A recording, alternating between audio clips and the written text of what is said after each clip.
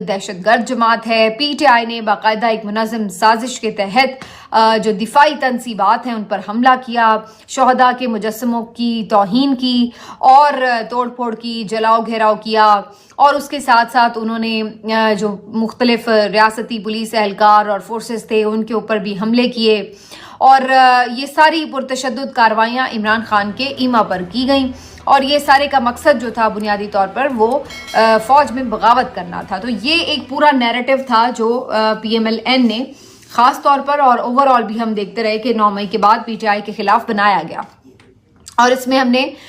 دیکھا کہ مختلف ٹی وی چینلز پر باقاعدہ ڈاکیومنٹریز چلتی رہی اور جس طریقے سے وہ سارا ایک نیریٹو جو ہے وہ ہمیں نظر آیا۔ بعد میں کئی دفعہ D G I S P R کی پریس کانفرنس میں 9 مئی کے واقعات کے اوپر انہوں نے بہت تحفظات کا بھی اظہار کیا، اس کی مذمت بھی کی اور کارروائی کا مطالبہ بھی کیا، اور انہوں نے کہا کہ افسوسناک بات ہے کہ عدالتوں سے